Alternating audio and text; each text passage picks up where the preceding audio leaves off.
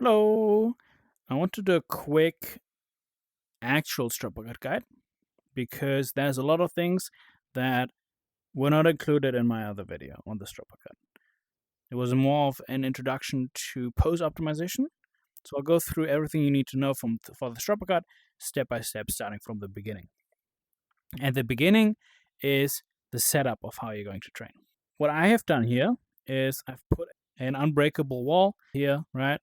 It's just beyond the yellow circle. That's where you want to place your wall.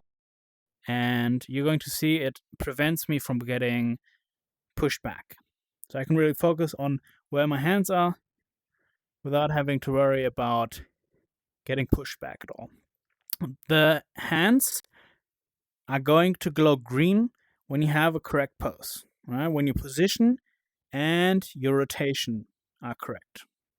However, what you might not know is that the poses the machine shows you are not the best poses. I'm not talking about optimization, I'm talking about the flow of the game.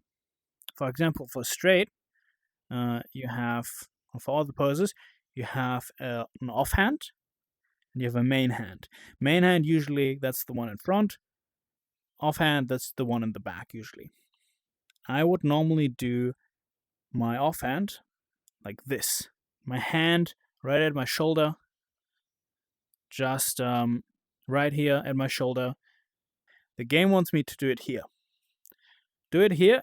Why? Because you can do kick here, you can do uppercut here, and you can do straight here. All without moving your offhand at all. If you're here, here, and here for your offhand, it's going to screw you over when you're actually doing combos. So, next thing. For the straight pose, the things you need to know, offhand at your shoulder, and for your main hand, you don't want it to be fully outstretched. You want to pull back a little. You can see it's still valid. Why? Because this is where the uppercut pose is. So here you can see where the overlap spot is. I have it right at the wrist of the ghost here. When we go to the uppercut, you'll see that the offhand is a lot lower and angled slightly, and the main hand is pulled back a lot and pointing upwards. Again, with the offhand, you want it at your shoulder. It's going to look a lot different than what the pose is doing. Don't worry about it. This is the proper way to do it.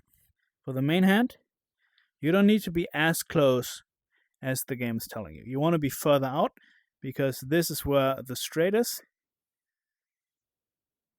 And you want to be able to do both at the same location. Just feel it out. You'll see the obvious signs of the pose turning green when you're doing it, and when you're still doing it properly. Right. So we know how to do the individual poses. How do we go between them? When you're starting out, your instinct is to go punch forward and then punch up. It's like a ripping motion. Don't do that. Too much of an abrupt movement. It's not very ergonomic. You could hurt yourself. Instead, it's going to be a roll. This is a pre-pose. This is where I'm going to start the combo. Just with my wrist hanging loose, because I can just trigger the straight by moving my wrist upwards. My arm is not fully outstretched, so I'm closer to the uppercut. And then when I'm in the right position, I will roll through the straight into the uppercut. A roll is going to use the natural movement of your wrist, so that's going to be a lot more ergonomic. There's two ways, well, there's more than two ways of doing this, but the two I'm going to show you are having a pre-pose below and having a pre-pose from above. All right, palm facing forward or palm facing towards yourself. Because some people find this more comfortable, rolling forward and then up into the uppercut. And some people find this more comfortable, going forward and then up into the uppercut. This is the movement. It's a circle, right? So this is the from below, and this is the one from above.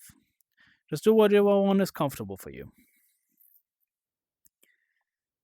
So, with a pre-pose like this, we can get as close as we want to the structure because it's not a valid pose, and we can trigger at any time. I see a lot of people that when they're starting out make the mistake of triggering the straight by punching into it. It'll make you be less certain with when exactly you're triggering the straight, while when you're doing a pre-pose, you know exactly when it's going to trigger. In addition to that, if you're already moving forward, it's going to be more work to go up and back again than just rolling naturally, right? It's one smooth movement. So that's the positional aspect of Struppercut. Now there's the second aspect, which is rotation. Not the rotation of the wrist, but the rotation of your poses. My other video talks about this in more detail. However, basically what you can do is instead of doing this straight like this, angle it a little bit. Angle a little bit up. So it's closer to the uppercut.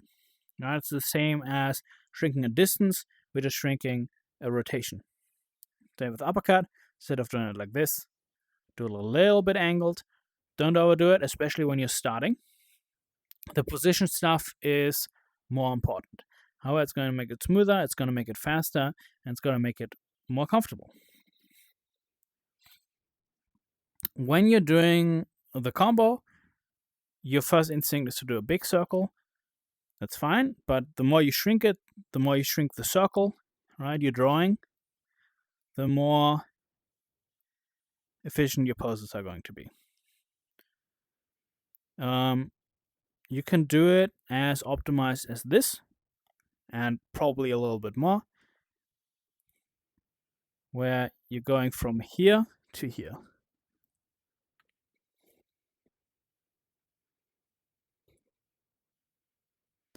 As you can see, I'm barely touching the uppercut pose. It like barely gets green at the very end. That's because I'm doing the bare minimum of both of the poses. But yeah, this is a good setup to train. You will know when you're doing the poses correctly. You're not gonna get pushed back. All right, I hope this helped. Bye bye.